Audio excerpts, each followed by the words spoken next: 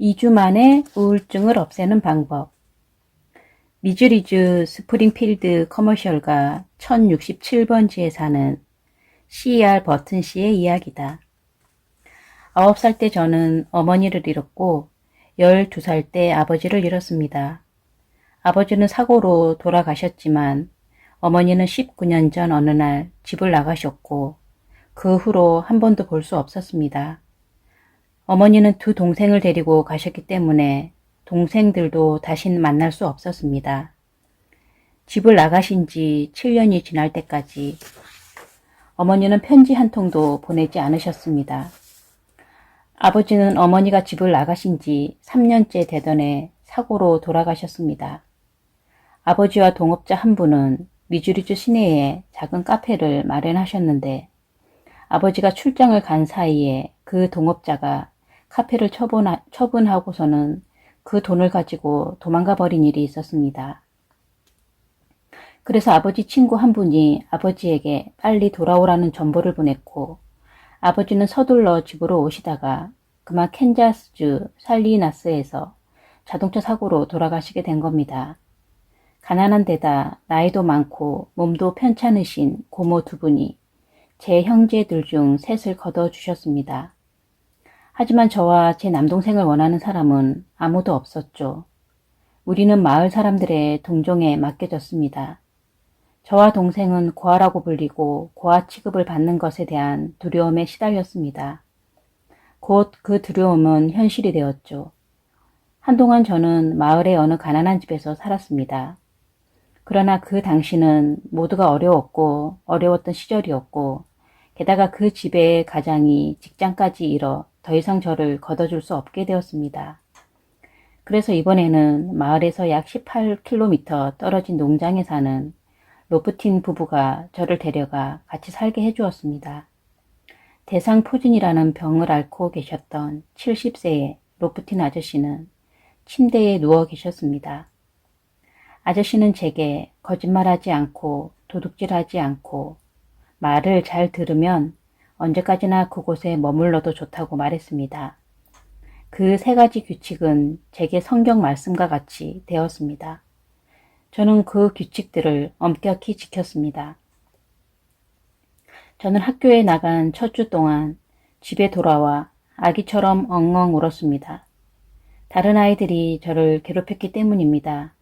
코가 크다고 벙어리라고 놀리고 저를 고아 녀석이라 불렀습니다. 저는 너무 속이 상해 아이들과 싸우고 싶었지만 저를 걷어주신 농부 로프틴 아저씨는 피하지 않고 싸우는 사람보다 싸움에 말려드는 것을 피하는 사람이 더 큰 사람이다 라고 말씀해 주셨습니다.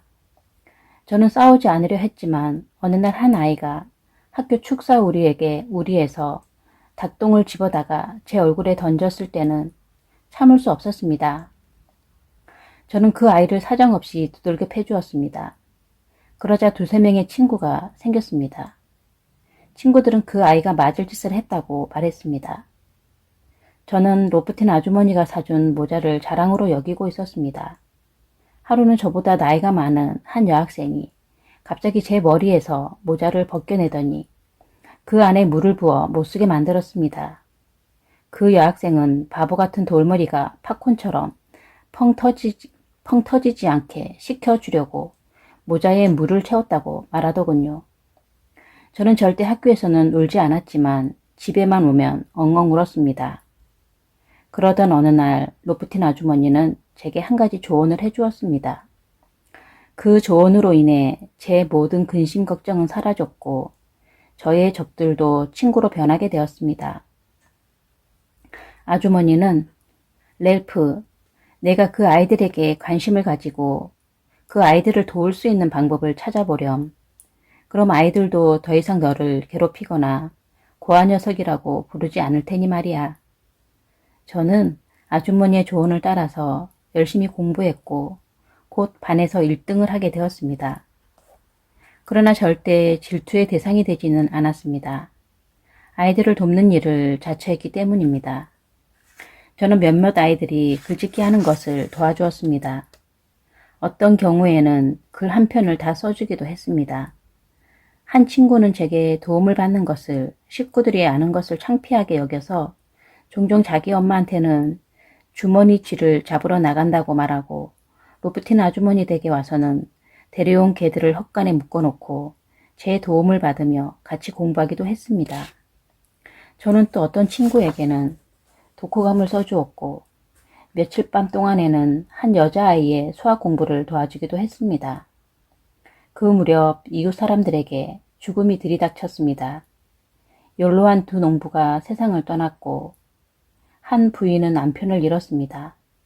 저는 내 가정에서 유일한 남자였습니다. 저는 이 미망인들을 2년 동안 도와주었습니다. 학교에서 집에 오는 길에 그들의 농장에 들러 나무도 해주고 소들의 젖도 짜주고 가축들에게 먹이와 물을 주었습니다. 사람들은 이제 저를 욕하지 않고 고마워했습니다. 모두가 저를 친구로 대했죠. 제가 해군에서 제대에 돌아왔을 때 그들은 진심으로 저를 반겨주었습니다. 제가 집에 돌아온 첫날에는 200명 이상의 사람들이 저를 보러 와 주었습니다. 어떤 사람들은 130km 이상 되는 거리를 달려왔는데 그들의 관심은 정말 진심에서 우러난 것이었습니다. 저는 다른 사람들을 돕느라 바쁘고 행복했기 때문에 걱정거리가 없었고 13년 동안 고아 녀석이라는 말은 한 번도 듣지 못했습니다. CR 버튼 씨를 위해 박수를 보내자 그는 친구들을 얻는 법을 알고 있었음은 물론 걱정을 이기고 삶을 즐기는 법 또한 알고 있었다.